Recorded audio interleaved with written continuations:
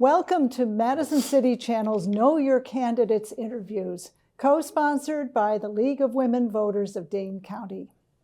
I'm your interviewer, Andrea Kaminsky, and I would like to introduce Otis Harris Jr., running for Dane County Supervisor in District 12. Welcome. As we begin, please give an opening statement about the educational, vocational, and civic experience that you have, which prepares you for this office, and why you're running for the county board. Thank you, Andrea. As you mentioned, my name is Otis Harris Jr. I want to thank the League of Women Voters of Dane County and the City of Madison, or the Madison City Channel, for this opportunity. Thank you for playing the role in supporting nonpartisan civic engagement. I am a lifelong Madisonian.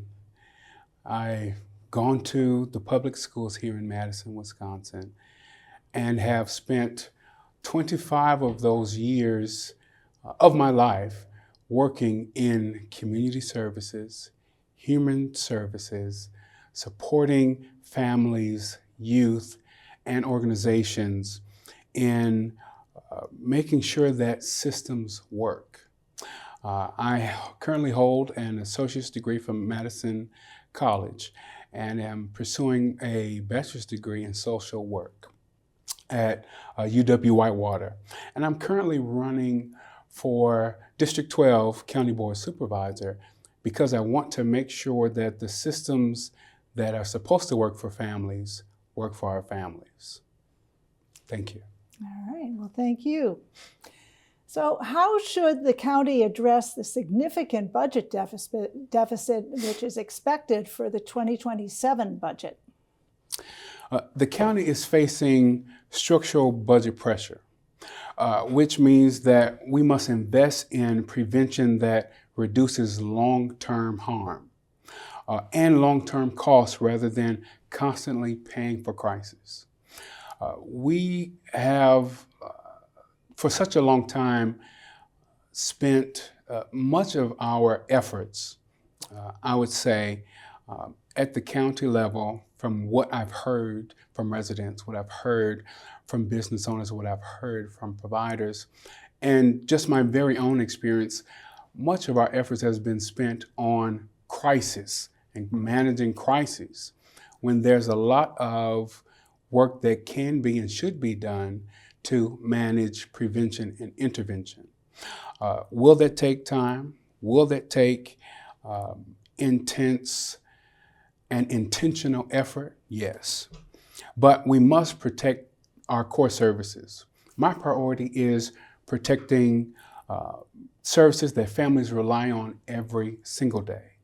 And while being honest about what we can sustainably fund. If we're spending public dollars, residents should know where their dollars are coming from, why their dollars are being placed on whatever that decision is.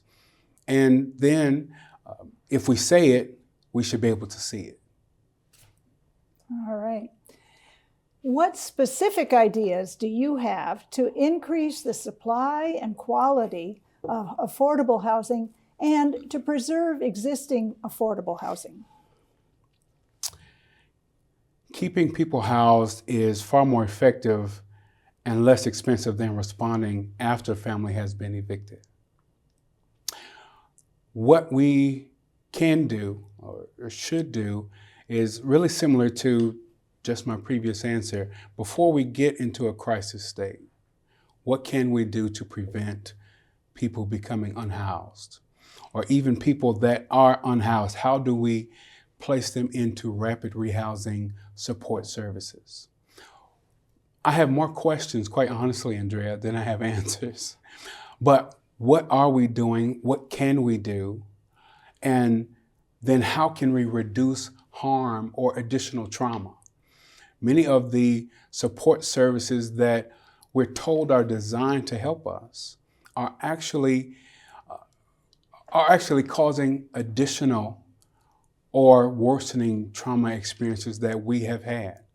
people that are in the place of being unhoused or at the brink of being unhoused, whether it's that they can't pay rent or whether it's that resources have run out or support services have run out, and then they're seeking help before they become in a crisis phase. Many of our support services are saying, well, let's wait until you receive an eviction notice, or let's wait until you've been evicted, or let's wait until there's a court order to discuss you being evicted before we actually step in to support. What can we do to increase, whether it's funding, well, it's definitely funding, but the services and resources that help to establish safety, health, and cost control when it comes to housing, rehousing, eviction prevention. All right. Well, what more, if anything, do you think the county needs to do to address the needs of our neighbors who are experiencing homelessness? I think the county needs to be intentional. The county needs to make every effort. Are we stretched thin? Yep.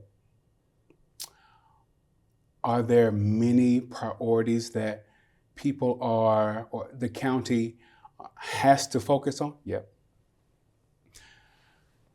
When it comes to the safety and stability of our residents, that should be primary. It should be primary. We should do everything we can to make sure the type of services with mental health support, harm reduction, we need to do everything we can to make sure we can support our residents in being stable in their homes. It's something about being able to call something yours, taking ownership of that, and doing your best to manage that. Once they've been rehoused, if we can make sure they've been rehoused, how do we support them in staying housed? Again, more questions than I have answers. All right. When faced with making difficult, controversial decisions, how will you ensure that you're getting input from residents with a broad range of perspectives? Definitely. So one thing that I find is beneficial to me as a candidate and future supervisor is that I am speaking with those residents in my district. I'm speaking with providers, whether it's mental health, those that provide housing support, those that provide funding, all of these type of supports to make sure we know what is needed to help our residents. Again, more questions than answers. What can we do to best support and stay engaged? One thing I'm doing right now, I'm having a community listening session series. And I am hosting sessions where I'm in the community speaking with residents, setting aside time, a couple days for the next several weeks, and I'm asking, what can we do? What is the county doing that works well? What's the county doing that doesn't work at all? Maybe it used to work, maybe it never worked. But if it never worked, then we have to ask the question, then who made that decision to impose policy that never actually worked for the residents? So I'm asking the residents, providers, what's working, what's not working, and then what we can do to work. Okay. Please describe any other priorities for your term in office. If these include new or expanded programs, how would you propose to fund them? Sure.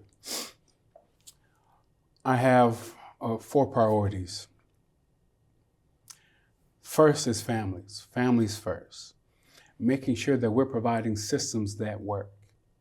Making sure that And so all of these have to do with engagement. Let's start there. All of them have to do with engagement.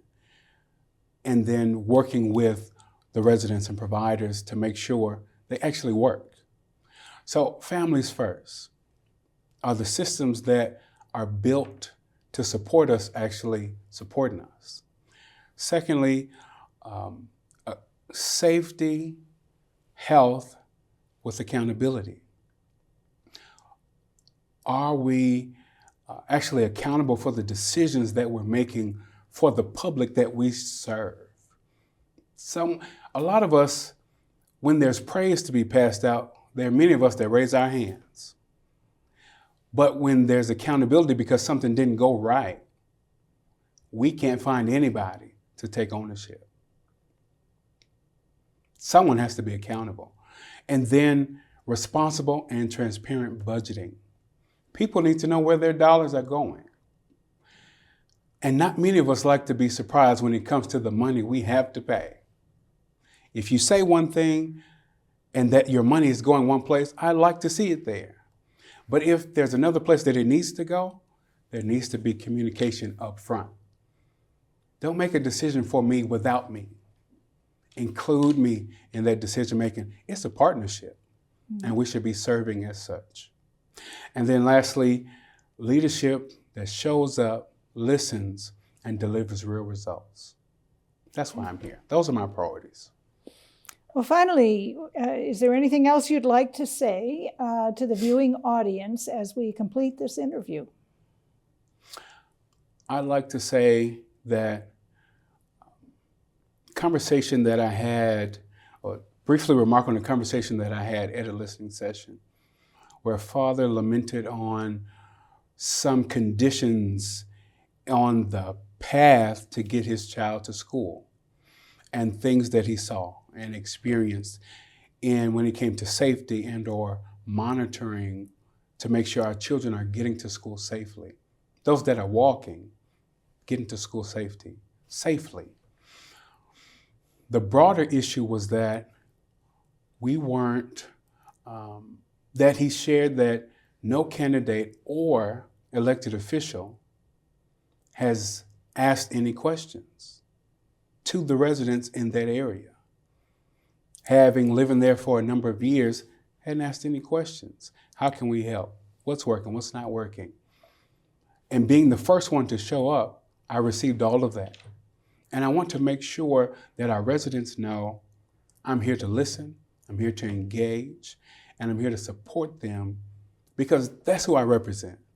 I'm not there for me or what's going to be best for me. Yes, I am a resident, but I'm supporting a host of people with varied responsibilities, varied concerns, varied issues, and each one of them that are not able to get to the table, they should be able to rely on the person that represents them to get their concerns and their voice to the table, and that's why I'm here, to get them to the table.